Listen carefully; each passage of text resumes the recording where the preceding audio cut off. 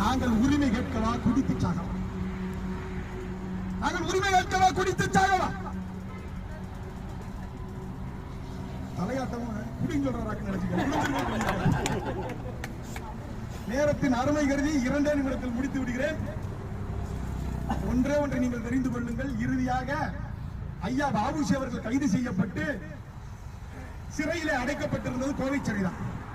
வ.உ.சி. முதலிலே கைது செய்யப்படும் பொழுது 7 நாட்கள் தீப்பற்றி எரிந்தது திருநெல்வேலி, தூத்துக்குடி. அந்த மக்களுடைய எழுச்சி, கோவில் தொழிலாளர் போராட்டத்துடைய எழுச்சி 7 நாள் தீப்பற்றி எரிந்தது. யாரும் அடக்க முடியவில்லை. ராணுவம் வந்தது, துப்பாக்கியால் சுட்டது. 4 பேர் சுட்டுக் கொண்டதற்கு பின்பாகவும் அந்த போராட்டம் அடக்க முடியவில்லை. அப்படியான ஒரு போராட்டம் நடந்தது. வ.உ.சி.க்கு ஜீவாதார தண்டனை கொடுக்கப்பட்டது. 20 ஆண்டு காலம் கொடுங்கோல் தண்டனை என்று சொன்னவுடன் வ.உ.சி.யுடைய நம்பி பைத்தியமாய் போனார்.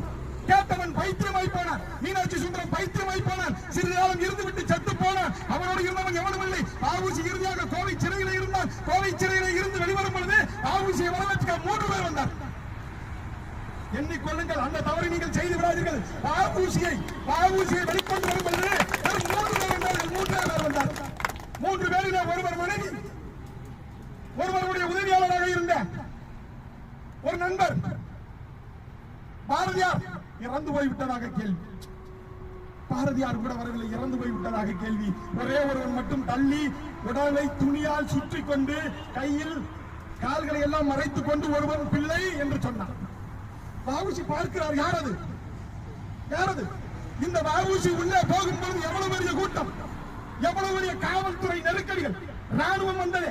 அதே வ.உ.சி. சிறையிலிருந்து மீண்டு வருகிறேன், என்னை வரவேற்க ஆள் இல்லை. காவல்துறை எண்ணிக்கை கூட அதிகமாக இருக்கிறது. எனக்காக கலவரம் நடக்கும் என்று அவர்கள் பயப்படுகிறார்கள். ஆனால் வரவேற்க வந்தவர்களுடைய எண்ணிக்கை அப்படி இல்லை. என்ன செய்வது, என்ன செய்வது? யார் என்று பிள்ளை என்று அழைத்தது. யாரையா நீ, யாரையா என்று நீ கேட்டு வ.உ.சி. பக்கத்திலே போகும்போது சொன்னார், ஐயா என்னை தெரியவில்லையா? ஐயா என்னை தெரியவில்லையா?